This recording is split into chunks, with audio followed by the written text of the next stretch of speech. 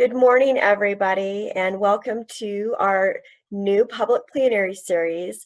This series is brought to you by the Georgia Economic Placemaking Collaborative and Georgia Cities Solutions. We have partnered up with Georgia City Solutions this year to provide some really interesting and unique opportunities to bring in state and national speakers to talk about how place-based economic development can address community issues and really have an opportunity to learn about some best practices that are going on the state and national level with specific topics. It is my absolute pleasure to introduce to you our speaker today. Dr. Roberto Gallardo is a director of Purdue Center for Regional Development and a Purdue Extension Community and Regional Economic Specialist.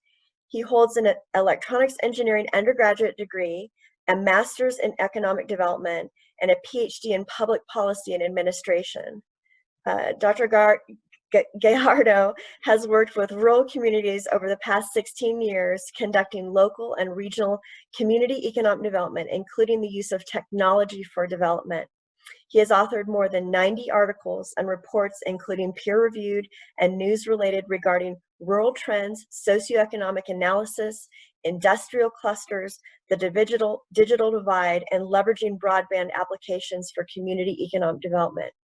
He is also the author of the book, Responsive Countryside, The Digital Age and Rural Communities, which highlights a 21st century community development model that helps rural communities transition to, plan for, and prosper in the digital age.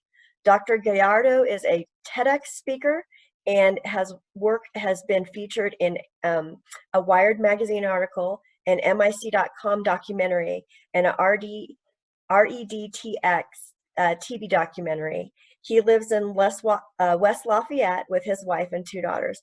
Welcome, Dr. Gallardo, and we are so excited to hear from you today.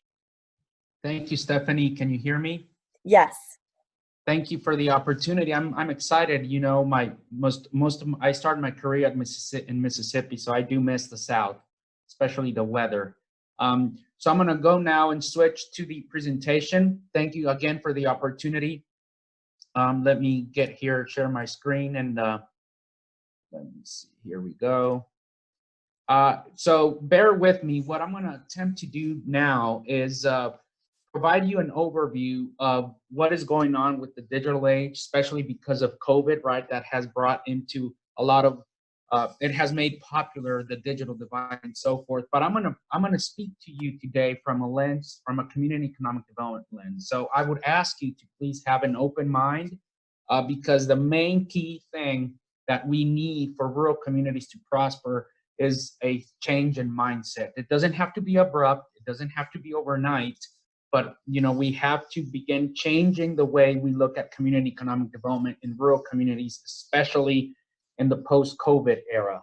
Okay, so I'm going to go with, I'm going to share with you some stats, and then I'm going to kind of go over community and economic development 101, and then what are the implications, and then we're going to wrap up with some kind of best practices and lessons learned based on my work throughout the U.S. And Canada. I think there's a chat option if you have a question. I know there's somebody monitoring that, but we will try and answer it throughout the presentation, and if not, at the end, we will make sure that we address the questions that maybe were not answered with the presentation itself. So we're going to get started. Thank you so much for the opportunity. I enjoy working with rural communities and urban as well, but mostly it's rural communities. And these are some challenging times for sure. So I hope that you find this presentation useful. So let me start by defining what is the digital age, right? Scholars still do not agree 100% of when it started or what it is. What we do know is that it has those 4 characteristics, okay? It is exponential, meaning the hardware is growing at exponential trends. For example, your smartphone has thousands of more computing power than the Apollo computer that took Armstrong to the moon, for example, and you have it in your pocket. And you can connect and get information from all over the world in real time. That is something major, okay? That's one of the characteristics. Just like hardware, though, software is going through the same kind of process as well. You're going to hear about artificial intelligence and algorithms. And so they are developing the more sophisticated software that's leveraging the hardware. So it's exponential, period, okay? It is all digital. Obviously, everything is being digitized, converted to ones and zeros for good or for bad. That's really, it's the backbone of the, what used to be the oil in the 20th century. It's now all about digital. How can we engage digital? How can we become digital? How can we leverage digital? Again, I'm not saying that face-to-face will be eliminated, not at all, but it will be augmented by this digital characteristic, okay? So that's important to keep in mind because it has implications for community economic development. Exponential and digital then lead to the option of combining. We are able to combine different applications and we're able to become more creative in that sense. So that's another characteristic of the digital age. Things that seem to not work together or did not make sense because of their digital characteristics, you can overlay, you can mesh, and you can do a lot of stuff. So it's really opening up a lot of opportunity on the innovation creativity side, this particular characteristic. Last but not least, it is disruptive, right? The landscape is changing around us and there's no turning back. And we cannot close our eyes and wish it away either. So we have to acknowledge and recognize that the landscape is changing. There will be some disruptive situations. We need to make sure that we plan as much as we can to address and minimize those disruptions. But the common denominator, folks, is that there will be disruptions, okay? The landscape is changing. I think that if we could go back in time and look, you know, at the beginning of the 20th century when a lot of folks from the rural areas were starting to move into the industrial cities, I think that they were having these similar conversations, right, around, wow, our landscape is changing. The point is, it is not the first time we go through this, and we made it out okay. There was pain, and there were some disruptions and so forth, but ultimately, it played out okay. And this should be no different, okay? But we have got to plan for it. We have got to be aware. We cannot stick our head in the sand and wish it away. Okay, so these are the 4 characteristics of the digital age. Right now, the blue line shows when electricity was starting to permeate everything, right? Back in the 20th century, late 19th century, electricity was starting to permeate everything. You can see there the productivity line of the blue line, right? That was going up. It took a while, it plateaued a little bit, and then it just took off, right? Well, what happens with the orange line is the digital component. The information technology is also following a very similar trend to electricity, except that we have not seen it take off like the blue line, right? Look at the orange line. It's kind of there where we are now, maybe 4 or 5 years ago, obviously, but that's where we are now. The question is, will it go up as well as the electricity, a productivity surge? And if it does, is your community ready? Will your community reap the benefits of this potential productivity surge? Because you can tell that they're behaving, these general purpose technologies, they're behaving very similar. But the question from me to you guys is your community ready if this productivity surge does indeed take place? Another key trend that I like to share with folks is that the average distance between inventors tripled between 1975 and 2015. We know that density is very important for ideas, for economies, for labor markets. But what if you don't really have to be in very ultra dense areas to be innovative? And I do know firsthand that rural communities are innovative. They are creative. I argue, though, that it's just a level playing field. The playing field is not level, and I'm going to get into that shortly. But the point is, this graph shows that the distance has tripled. In part, it has been because of the internet and information technology, but it also sends a very clear message that if you can communicate digitally to augment or kind of make up for that lack of density, I think you can also reap the benefits, okay? So what's going on? How is this possible? Why is there an expected productivity surge? Why is innovation kind of being decentralized, to a certain extent? What is going on? Let me give you a quick history. So back in the 50s, you had punch cards, right? That you had to kind of punch the card, put it into that machine there were the size of rooms, as you can see in the picture, and then you would get information out of whatever analyses you were asking the computer to do. Obviously, not everybody enjoyed punching cards, or everybody couldn't afford a computer-sized, a room-sized computer either, right? So the users were very limited, and the information generated, the usefulness was also very limited. Then what happens in the 70s, we come up with the text terminals, right? Like this one, where now instead of punching cards, we are kind of we're communicating via text, right? So obviously it's not the best, as we know now, but at least we're not punching cards. So what happens is, again, this is the theme, users expanded, and as users expanded, applications expanded, and as applications expanded, benefits and usefulness also increased, okay? So that's what happened in the 70s. Then came the 80s with Windows, right? Now, instead of having text, we now have windows that are easier to understand. They're more visually appealing. And so again, it's easier to use. It's more intuitive. And what happens, again, the users expand, the applications expand, the information and usefulness increase as well.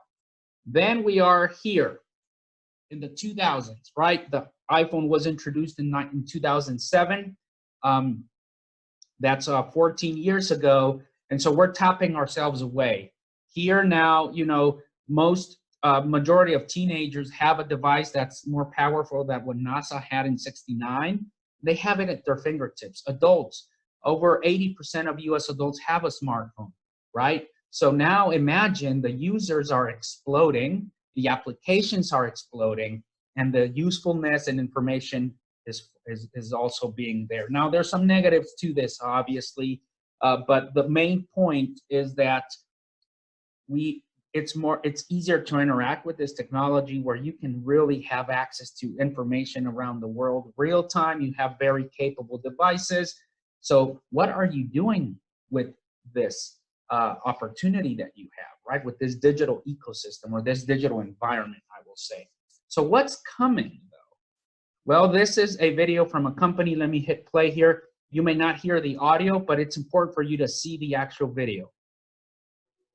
Spatial is a collective computing environment that lets teams visualize their thoughts in the room around them. So whether you're on a desktop computer or sorting notes on your phone, all your visual devices are seamlessly tied together into an infinite workspace. So that, folks, is a short demo of a company that's working on this platform, this hardware. It's called mixed reality, where you overlay digital layers into your actual real world. And imagine what this will do with workforce development, with education, with planning, with running businesses, with innovation. Again, I'm not saying it'll replace face-to-face. It will never replace face-to-face, but it will augment. Right now, because of COVID, we had to move to a remote work situation, and we've managed to use some tools that were more about video conferencing, that true remote work, true collaboration. What happens when more and more applications are designed from the ground up specifically for truly decentralized and distributed collaboration? What's going to happen? And what is that an opportunity for rural communities? It sure is, right? But if you don't see it coming, you cannot hop on that train. So that's kind of the message that I'm trying to send here today. So these are the results. Thus far, we know that Amazon published a study that the rural digital potential of businesses in rural areas was not being unleashed. If it were, it would create 360,000 jobs over 3 years. An impact of $84.5 billion per year. And so that's a lot of untapped potential. I know, and that rural communities have are creative, they are innovative. It's just that they're not at the same level, what we call digital parity with urban communities in terms of mindset, in terms of connectivity, in terms of skills and talent and so forth. What if we could unleash this real potential? Well, to do that, you have to be digital inclusive. And that's the first time I introduced this term, and you're going to hear me repeat this many times. According to the Bureau of Economic Analyses, 9% of the U.S. economy, the digital economy was responsible for 9% of the U.S. economy, but this digital economy has been growing at 7% annually since 2006. 7% annually. It's outpacing the growth of the entire economy. So there's a bigger pie that's being cooked right now. It's being baked. Is your community going to be able to participate in this? It should, if you're digital inclusive. We also now know, based on research today, that broadband does matter for a whole host of social and economic outcomes, including household income, employment levels, firm attraction, farm profits, civic engagement, housing values, job productivity. It is there. If you do not have adequate broadband and use of broadband, you're not going to reap these benefits, and then you're not going to be able to participate in that increasing pie, okay? We also know about telehealth. There was this study in Georgia, precisely, that found $3,800 per patient per year in savings just because of telehealth. This is pre-COVID, folks. This is pre-COVID, and look at that impact. Now that a lot more folks have been forced to use telehealth, I think that we're going to see a lot more studies coming out that it really has helped tremendously, and not only on the dollar sign sense, but also on the quality of life situation. Homework gap exists. There's a lot of reports out there that children are being left behind through no fault of their own. It's impacting their productivity later on as adults. There's a lot of issues. If you have homework gaps in your community, you are not digital inclusive. So this is a priority among others. But again, if you don't see this digital age implications for us, you're not going to be able to address or place or raise these issues to the priority that need to be raised too. So these are some of the implications of this. But then again, we have a problem, right? Connectivity is an issue.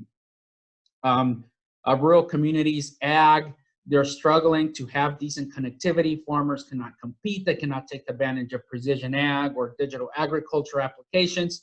And one of the main reasons for this is because the broadband data is not very accurate, except in Georgia, which, by the way, kudos, because Georgia is the poster child of really mapping true broadband access and availability throughout the state. So I think that first step has been taken, and I'm sure that other right decisions and strategies will follow regarding trying to bridge the digital divide in terms of connectivity. But it is a problem, okay? We cannot overlook that. And here's another thing on the connectivity side. Mobile only is not the solution. The reason is limited data plans. It can get very expensive, and if it's your only way of accessing the internet through a data plan, you're going to struggle, especially if you have teenagers at home, right? You're gonna just burn that data. So it's not a long-term solution, and it can get very expensive. So that's something, again, to keep in mind. What are other implications of this changing landscape? This graph is very telling. I still hear a lot of, and I'm going to get a little bit into that when I talk about community economic development fundamentals, because as I promised, I'm going to loop it all around community economic development and the importance of digital inclusion. But this graph shows the jobs and productivity in manufacturing. There's a lot of rural communities that are still, their main efforts are focused on attracting businesses, especially manufacturers. So let me share with you this graph compiled by Brookings. The gray bar, the blue line shows manufacturing productivity between 1980 and 2015. It's been going up. Employment, which is the red line, has plateaued and even decreased slightly, but productivity hasn't, right? And then the gray bar in the background, that's the average number of employees needed to generate a $1 million output. So look, in 1980, you needed typically 25 employees to generate a $1 million output. In 2015, it was 6.4. So my question to you is, if you are most of your economic development strategy revolves around attracting manufacturers. I think that you have to now focus on the workforce, which you've known, obviously, not necessarily the industrial park and so forth. That's important, but do you have those 6 workers? That's the question you have to be thinking and planning to address, because these are more than likely high-tech workers that will look for a digital inclusive community to begin with. And if you don't have those 6 workers in your community, you can perhaps retrain them, right? Or upskill them or reskill them. But it won't happen if you don't have adequate connectivity and adequate devices and you're not truly digital inclusive, okay? So that's the main message we're trying to send here. Another implication is remote work. You know, back in the days when I was in Mississippi, we were trying to push remote work as a feasible rural economic development strategy. It kind of, people went like, yeah, sure, you know, whatever. But then comes COVID. And remote work, you know, not all occupations, not all jobs, obviously, but, you know, you could have done remote work since maybe 2015, 2016, if not earlier than that. But it was just not, I'm going to call it socially acceptable. It may not be the correct term, but I think you know what I'm talking about. It was not well seen. Why aren't you in the office, right? What are you doing at home? Are you playing video games? You know, what's going on? So COVID comes around and it shatters all that. It shatters all that and provides a unique opportunity to do that. In fact, this study by Stanford found that in May of 2020, 42% of workers in the US were remote working, and that 42% was responsible for 2/3 of the US GDP. So it works. It works and it has a tremendous impact. So rather than maybe perhaps try to attract businesses, why don't you try to attract remote workers? Or even better, why don't you reach a deal and let other companies outside your community hire your residents to be their remote workers? There are multiple strategies, but this is the key point that I was trying to make, is that telework is now feasible. People are now, oh, wow, it works. And hopefully that social stigma of, why are you remote working when you can go to the office? I think that's gone. I'm not saying remote work is going to be 100%, but I think that in the future, a higher percentage of the workforce will continue to remote work to some degree. But more importantly, companies will realize that if they are not remote work friendly, they will be at a competitive disadvantage. I think that that's going to continue this COVID trend post-COVID. And workforce educational expectations are changing. You know, I know you know this, lifelong learning and other stuff, but you know, when big companies, these companies start hiring remote workers all over the country, you don't have to move to San Francisco, and you don't have to move to Silicon Valley and New York and Dallas and so forth. Are you ready for this, right? Is your workforce development system tapping into this, or getting your workers ready to do this? Because according to the World Economic Forum, 50% of all employees in the world will have to upskill or reskill by 2025. That's 4 years away. And guess what? A reskill and upskill more than likely requires an internet connection. It requires digital skills. Again, if you're not digital inclusive, you're not going to be able to upskill and reskill potentially half of your workers right now. Half, 50%, okay? So that's, again, has tremendous implications for community economic development. And not everybody has digital skills, right? Nearly 1/3 of America's workers lack digital skills. So what are you doing in your community? If you are thinking about what to do, then you are thinking in digital inclusive terms. If not, then you're missing out. You're not going to be able to reskill and upskill. You're not going to be able to perhaps participate in remote work. You're not going to be able to, partake of that increasing pie. Oops. So these are kind of the implications. Now let me shift over. I know it's a lot to take in, okay? Bear with me, but this is being recorded. I just want to plant the seed. Now let me shift a little bit and talk about community economic development fundamentals and why digital inclusion needs to be a community economic development strategy and how you can accomplish that, okay? So we're going to pivot here. I think I rest my case as to pointing out that there are workforce development implications if you do not transition into a digital mindset or digital inclusive mindset. There are quality of life implications. There's a lot of implications going on, okay? So this is your typical economic development model, the CARE model, right? Create, attract, retain, and expand. Since the 1970s, give or take, 1980s, not everybody, I'm not generalizing, but the majority or most of economic development strategies focus tremendously on the A, attract, right? Recruit external businesses. Now, there are a lot of economic developers that are also focusing on retaining and expanding. I think the C has been overlooked to a certain extent. Again, not all communities, I'm not generalizing. But create. Remember that innovator triple distance going on? Remember all these platforms that are going to truly allow to collaborate? Why not turn inward and focus a little bit into or strengthening the create part? Don't overlook the attraction. Obviously, you want to retain and you want to expand, but what about create? I think that creation part is going to be very, very important moving forward, because again, you know this, I know this, there is talent, there is innovation, and there is creativity in rural communities. So why not tap this with a digital inclusion lens? And I'm going to come back to that. This is on the economic development side, but digital inclusion is also a community development issue. And for this very busy, boring academic slide is just to say that it's all about working together. The linkages, right? The little, the kind of the golden lines in this graph, it requires everybody. It requires everybody in the community, horizontal and vertical linkages, etc. The main point is you have got to work together to accomplish community development.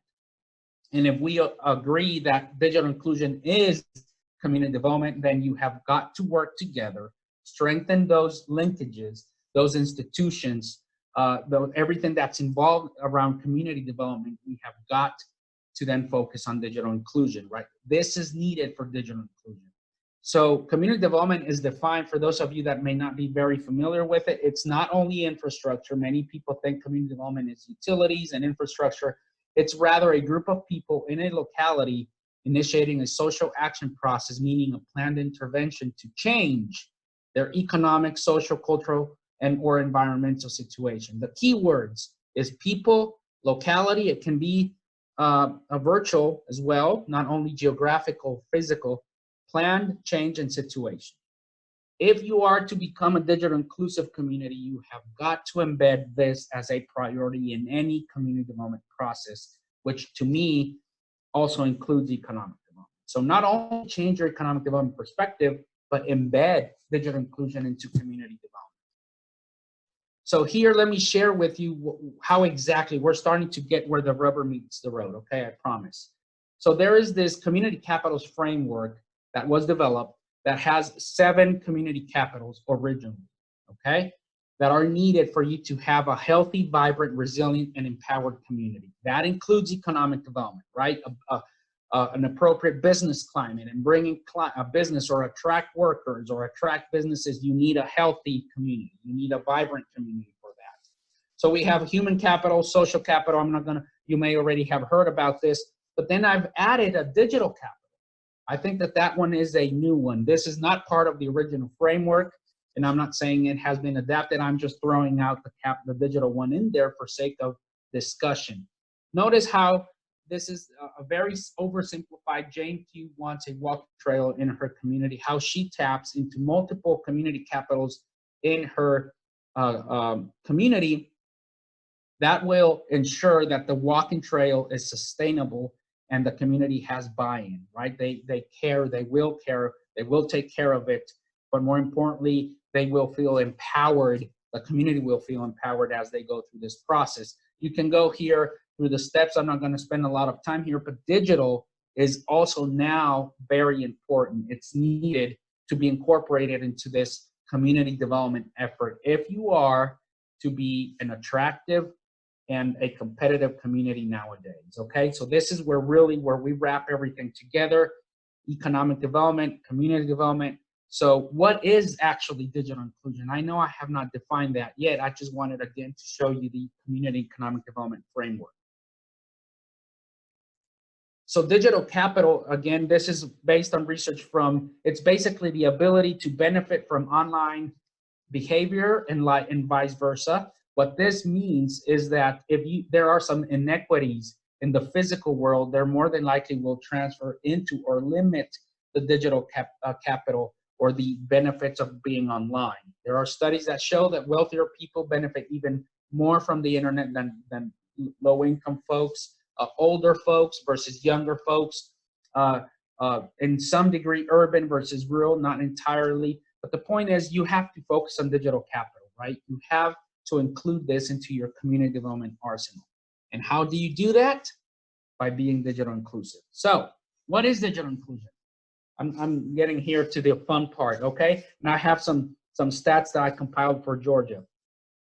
Digital inclusion for some folks may mean, making sure that low-income minorities can participate fully, and that's part of it. But to me, it's broader, as I have hopefully made the case, where it's, yes, it's minorities, it's low-income, disadvantaged group, but it's also your small businesses, your workers, your government, your businesses, online presence. Do they have the skills? Do they have the talent? To me, in this digital framework, that's being digital inclusive. So, in other words, it refers to the adoption of broadband and its meaningful use.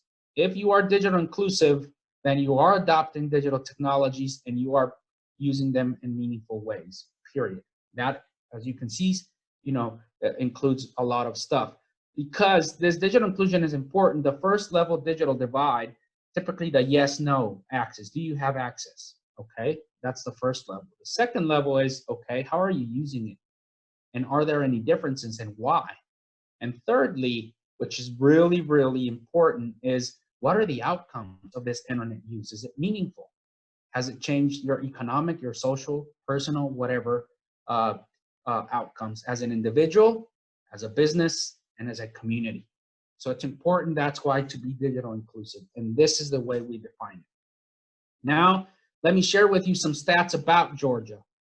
This one is we created a digital divide profile. You can see the URL at the bottom. You can zoom in into Georgia and look at particular areas in your state. It compiles 10 different variables, including what we call the internet income ratio, which is the bottom right, the 6.3. That means that the share of lower income households without internet is 6 times higher than the share of higher income households without internet. That's an inequality issue. It's not a level playing field. You are not being digital inclusive. It includes other metrics in there. For example, there is 9.8% of households in Georgia as of 2019 without a computing device. Nothing, no computers, no tablets, nothing, right? 15% did not have internet access. They were not subscribing. We don't know why, but it's 15%. The point is, there are some inequalities. If you look to the graph to the right, the top two indicators there refer to what's known as digital distress. Homes will be in digital distress if they have a high, or an area will be in digital distress if they have a higher share of homes with mobile device only because of data plans, as I've explained earlier, or simply they have no devices. Notice here the dark bar, the black bar is Georgia overall. The gray bar is urban counties in Georgia. The light green is suburban counties or small city, and then the dark green is rural counties in Georgia. So here you can see that 39% of homes in rural counties in Georgia either only had a mobile device or have no devices, compared to 20% or 1/5 of urban counties or urban households. Now, it's urban and rural, it's an issue. It affects both. But this graph really shows the inequalities with the second measures that homes only have cellular data or no internet access. Again, 42% of homes in rural counties in Georgia, almost half, had only access to cellular data or no internet access at all. Then the next two variables are children, or the homework gap. So you see here, again, the percent children with a computer but no internet access. It's 8.3% in urban counties versus 14% in rural counties. Seniors, those ages 65 and older, have computer but no internet. You see it's lower compared to seniors that don't have a computer, period. So maybe seniors are not necessarily affected by lack of access, but rather lack of devices. So you can see here that 29% of seniors in rural counties did not have a computer compared to 16% in urban areas. So this is, again, a quick, this one is very interesting. This one is about income. It's related to the internet income ratio I shared earlier.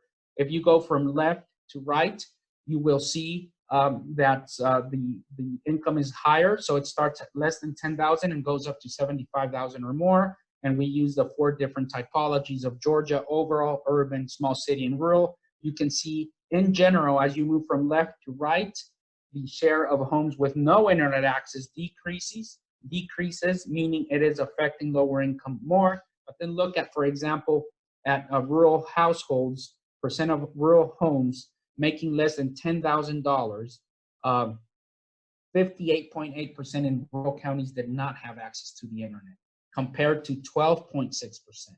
So even within rural communities, there are some inequalities going on. So this is, again, another thing to keep in mind. If you are, as a state, to become digital inclusive and really prosper and compete in this digital age, you have got to address inequalities, and some of them are highlighted in this graph. Another one I wanted to share with you is we developed a tool here in Indiana called the Remote Work and E-Learning Vulnerability. This means that you are going to have a harder time deploying remote work or e-learning because of multiple factors. I'm not going to put you to sleep to explain here, but it includes, you know, the homework gap, it includes devices, it includes speeds, it includes multiple factors. But here's an interesting thing: the lighter the color, the less vulnerable you are. The darker the color, the more vulnerable you are. So you can see that the Atlanta metro region is kind of, you know, light gray, medium gray color, but then you move out of that and you have a lot of dark color, urban and rural, okay? Now, this is not like impending doom at all, but it does show that if the Georgia economy is to continue to adapt and change, you know, there's gonna be certain areas that are gonna struggle more to implement remote work and e-learning. For example, the bar chart to the right shows, again, the breakdown of those counties in Georgia that are in low, medium, and high, or neighborhoods actually, not counties. So here you can see that 29.3% of households in Georgia were in low vulnerability areas compared to 27.2% that were in high vulnerability. What happens when you move from urban to rural? Then everything changes. Look at the far right bar. You see that 71.4% of households in rural Georgia were in areas of high vulnerability to implement remote work and e-learning strategies. Here, the BEA has identified approximately 120 industries. This is very conservative. It's a moving target. It's still very hard to measure, but here you can see the share of digital economy jobs in the US.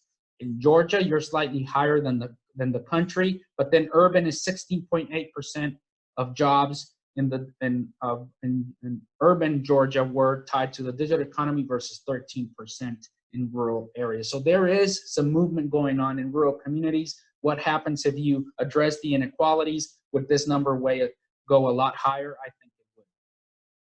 And then here we show the share of low, middle, and high digital skill jobs by county type.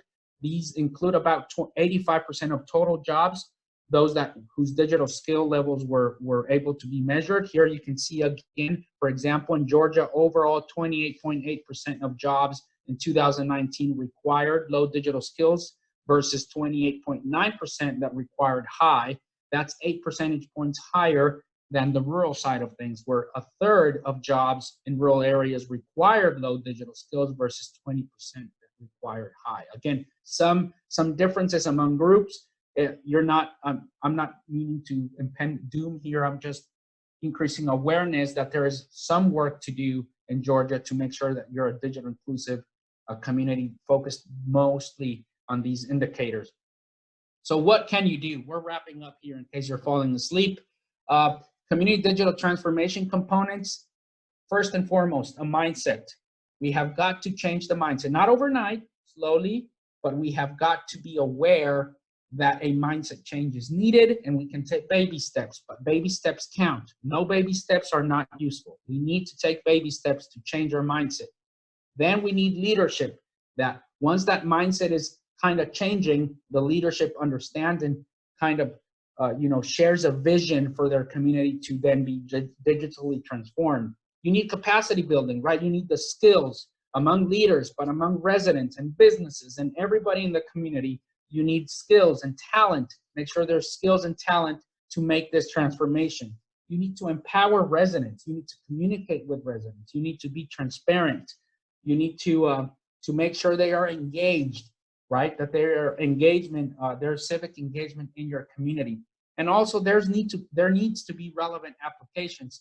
The saying I say here, and I'm gonna share it in another slide, is do not ask communities to get in line for something they could do online. That's not gonna earn you brownie points. This is an example of that. And you're truly, to digital transform your community, you have to really have relevant applications so people are kind of interested and motivated to go online. Again, not replacing face-to-face, just augment. And then obviously communication constantly. You've got to improve you've got to improve communication to make it clear why this transformation is needed and what you're doing about it. These are the main components.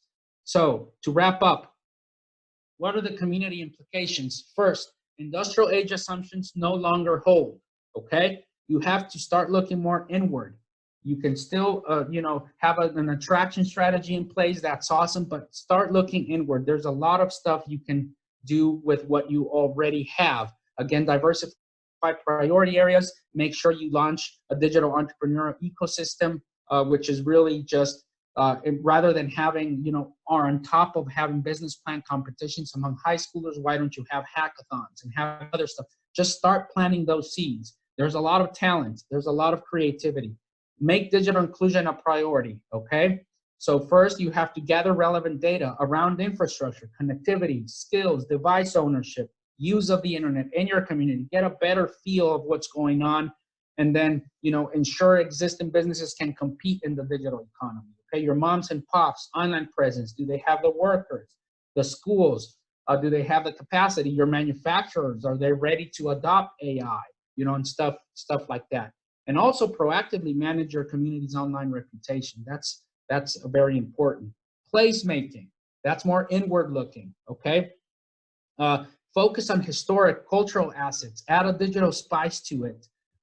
Those natural assets are very important to leverage nowadays, because if you focus on placemaking, and it's not only making your downtown look beautiful, which it helps, but you can start thinking as to what can I do to potentially retain the youth here so they don't leave and they can remote work through placemaking strategies, for example, right?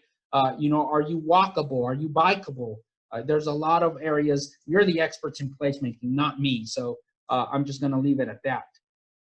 Make sure you're telework friendly, period. Not only from a management and incentive side of things of your community welcoming remote workers, but also that your businesses have a remote work friendly mindset. Again, it's going to be a competitive issue now post-COVID, I think, but it still helps that the community overall sends a message that you are remote work friendly. Repurpose workforce development, as I mentioned before, continuous learning. It's not all about tech, soft skills, the human skills, really augmented with tech skills, and you're going to be pretty much covered, right? Leadership, communication, empathy.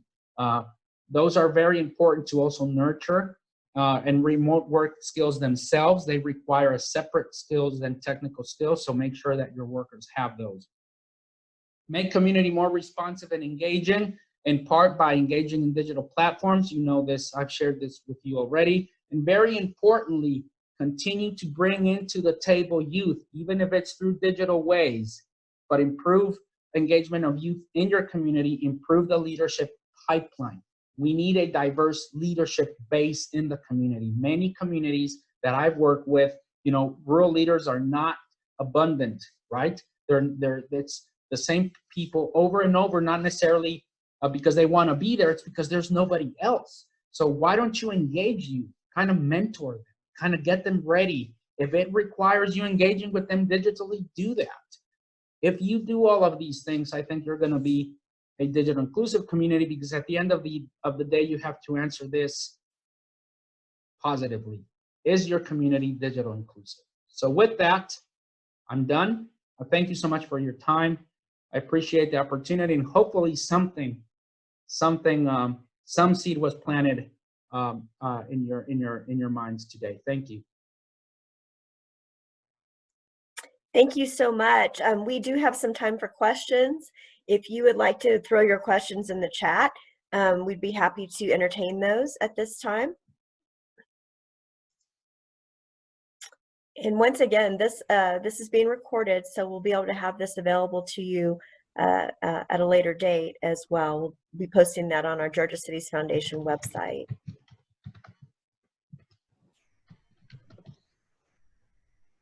Dr. Gallardo, while we're waiting for questions, I had one question and thought too. It just seems like right now, especially with the changes that we're expecting post-COVID, it's not always just about attracting jobs, but attracting people with their jobs, because we're seeing, you know, a change towards people moving to an area where they want to live, which has the lifestyle that they're looking for, and bringing their job with them.